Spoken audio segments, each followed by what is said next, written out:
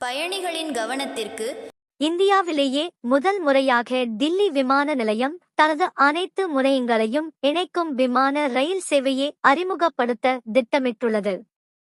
திட்டமிட்டபடி பணிகள் முடிந்தால் 2027 இறுதிக்குள் தில்லி விமான நிலையம் விமான ரயில் சேவை கொண்டதாக மாறும்.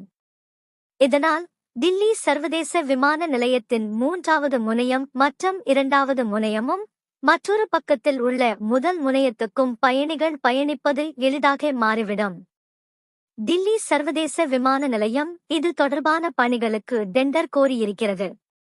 அதன்படி விமான நிலையத்தின் 3 முனையங்கள் ஏரோ சிட்டி மற்றும் கார்கோ சிட்டி என 4 முதல் 5 நிறுத்தங்களைக் கொண்ட விமான ரயில் சேவை அல்லது தானியங்கி நகரும் சேவை கொண்டு வரப்படும்.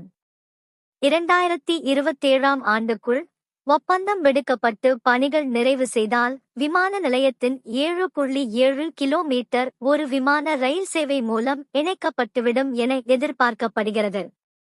இந்த ரயில் சேவை தொடங்கிவிட்டால் தற்போது 2 முனையங்களுக்கு இடையே இயக்கப்பட்டு வரும் பேருந்து சேவையே தேவையில்லாமல் போய்விடும்.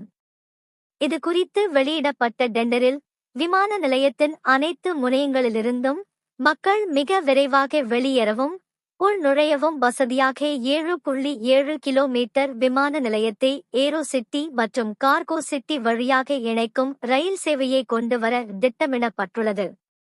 பயணிகள் எளிதாக பயணிக்கும் வகையில் இந்த சேவை இருக்க வேண்டும் என்றும் அதில் தெரிவிக்கப்பட்டுள்ளது.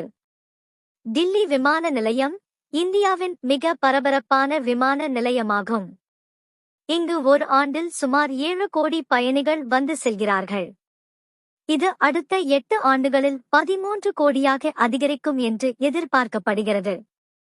இத்தனை பயணிகளும் விரைவாக விமான நிலையத்துக்குள் பயணிக்க ரயில் சேவை மட்டுமே சிறந்ததாக இருக்கும் என்று தற்போது முடிவெடுத்து ஒப்பந்தம் கோரப்பட்டுள்ளது.